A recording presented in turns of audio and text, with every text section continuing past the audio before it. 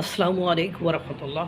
সাধারণ জনগণকে ভাতে কিছুদিন আগে দেখেন না চালের মানে চালের দাম কি পরিমাণ ছিল, ভাতে মেরেছে।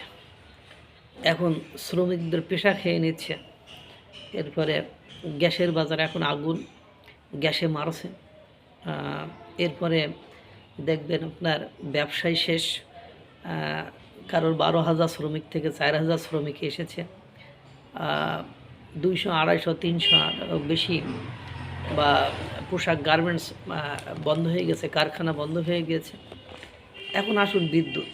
ইতিমধ্যে শীতকাল হওয়া সত্ত্বেও বিদ্যুৎ আপনার লোডশেডিং দেখা দিচ্ছে। এর পেছনে কারণ আছে। এই কারণটি আজকে আপনাদেরকে আমি সবিস্তারে বলবো।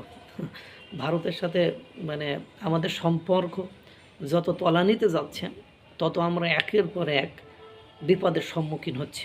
আপনারা সেগুলো হয়তোবা উপলব্ধি এবং অনুমান করতে পারছেন। এখন সামনে আমাদের সবচেয়ে বড় যে বিপদটা আসতেছে সেটা হলো জ্বালানি সংকট, অর্থাৎ বিদ্যুৎ সংকট। আর বিদ্যুতের সংকট হলে আপনার শিল্প, কলকারখানা, বাড়ি, মানে কলকারখানায় কী পরিমাণ বিদ্যুৎ লাগে এটা আপনারা ভালো মতো জানেন।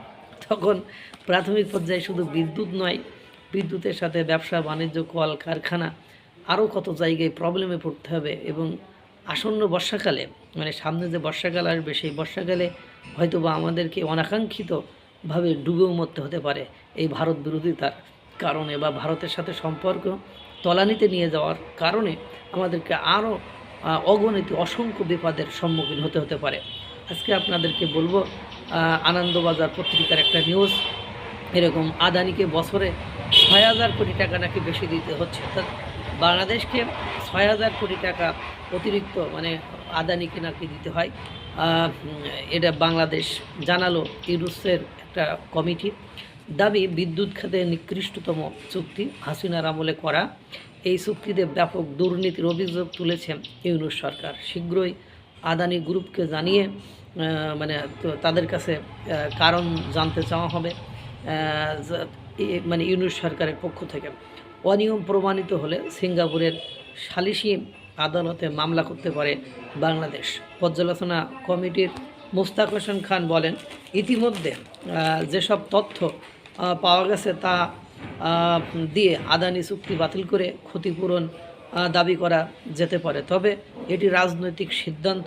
অন্তর্বর্তী সরকার শেষ সময়ে এটি না করতে পারলেও রাজনৈতিকভাবে নির্বাচিত সরকার নিশ্চয়ই এটা পারবে। আদানির বিরুদ্ধে প্রতারণার মামলা করা যেতে পারে, কিন্তু চুক্তি বাতিল করতে গেলে বাংলাদেশের মানুষকে ঐক্যবদ্ধভাবে ত্যাগ স্বীকার করতে হবে। চুক্তি বাতিলের পথে হাঁটলে আগেভাগেই বিদ্যুৎ আপনার সরবরাহ বন্ধ করে দিতে পারে আদানি গ্রুপ। এর ফলে দিন কয়েক লোডশেডিংও চলতে পারে। মোস্তাক সাহেব বলেন, 25 বছরের অভিশাপ থেকে মুক্তি পেতে এইটুকু কষ্ট মেনে নিতে হবে। এটা বের করতে এই সরকারের 17 মাস সময় লেগে গেছে। এরপরে যদি আরও কিছুদিন ক্ষমতায় থাকে, তাহলে এতদিন হাতে মেরেছে, মবে মেরেছে, আইনি ব্যবস্থায় বেআইনিভাবে মেরেছে, এরপরে ভাতে মারবে, বিদ্যুতে মারবে, এরপরে গ্যাসে মারবে, কয়েকদিন পরে দেখবেন পানিতে ডুবাইও আমাদেরকে মারার ব্যবস্থা করেছে। এই ভারত মানে সাথে বিরোধিতার ফলে এই ঘটনাগুলো যদি না ঘটে, তাহলে আপনারা আমাকে জানাবেন। আল্লাহ তাআলা সকলকে ভালো রাখুক, সুস্থ রাখুক। আসসালামু আলাইকুম ওয়া রাহমাতুল্লাহ।